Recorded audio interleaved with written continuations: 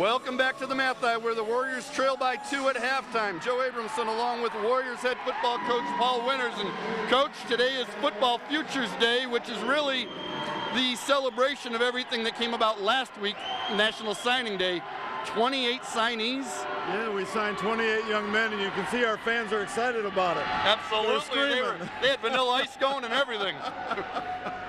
So 28 plus a couple of walk-ons and maybe some transfers too. Yes, possibly. I really don't want to talk about anybody that's not here, but the 28 guys that we signed, we're very excited about. We had about 10 to 14 of them here tonight, and we're able to introduce them and have them speak to the crowd a little bit. You know, you had people from the Metro Detroit area, which you tend to always get, obviously. Right. But you got down to Ohio, to your alma mater, Akron, St. Vincent, St. Mary's. St. Mary. Which basketball player went there too, I think. Some guy. His name was Jerome Lane, I think. LeBron James, yeah, something like that. Yeah, one of those guys. And a little bit after your time. Thanks. Yeah. Appreciate that. And but you also got some guys from Illinois and Wisconsin. You're really getting the Midwest. You are not just a Michigan-only recruiting base anymore. Well, you have to look at things realistically. Detroit is a great area, and we want to get all of the best from Detroit.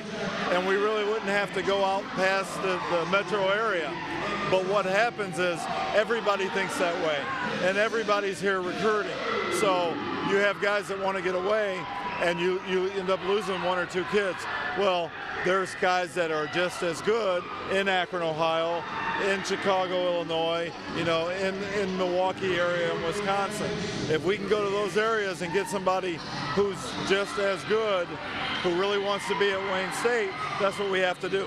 You know, I was reading some of the quotes from signing day, and you were obviously thanking the high school coaches and thanking your staff and all of that, but you were also making mention of the people at the different schools here at Wayne State, helping with the tours and all the things they do to help make these kids and their parents understand why this is such a good place to go for the next 4 to 5 years. Yeah, you know what? I wish I could name everybody that's helped us through this journey, but I can tell you from the College of Business, they took us into the Mike Ilitch School of Business, and that overwhelmed people. We went over to the College of Engineering, and that overwhelmed people. Every area that we ventured into, we met with either assistant deans or counselors or professors, and they were all so willing to brag about Wayne State University. Let's talk about these kids from a football standpoint. 28 coming in, they're not all redshirting, and when you're coming off of a 2-9 season, the jobs are open. These guys have an opportunity right now.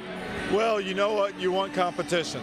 And we've got 28 guys coming in, 30 really, coming in with the idea that they're going to compete for jobs. I mean, you know how young guys are. They think they're the very best that there are. So they're going to come in and they're going to compete like heck, and the best guys are going to get on the field. You know, last season was not the typical Wayne State season, and we talked earlier, and I said, you know, it's one thing if you're 2-9 and you just look and go, we're 2-9 and that's who we are because we're not very good, but right. You played a team like Ferris State who got to the national title game and had a chance to win it, and you went to their place and almost beat them. You were good enough to play with as good a team as there was in Division II. Does that make a year like that more frustrating, and does it make the commitment to turning it around quicker even that stronger? Well, you know what? You can't really focus on the past, so you think about how it's going to affect you in the future. I think what we think as a team is that we can do things better. We can play with more discipline. We can play more as a team, depending on each other. And in those situations, when we face them next year, we'll be better prepared. Whether it's having a tight game against a Ferris or having a lead against a Michigan Tech and not finishing the game, or having a field goal to beat Saginaw and not making the field goal. So you think about all those situations and you turn those tight situations around and we're a winning football team. You turn a couple more around and we're a playoff team. So we're not far away. In the meantime, there's always opportunities for guys. I'm thinking of someone like James Hill. In the preseason scouting report last year, he wasn't a guy you talked about. He wasn't deep, high up on the depth chart. By the end of the year, it's, hey man, this guy's going to be all GLIAC. This guy's going to be one of the greats ever here.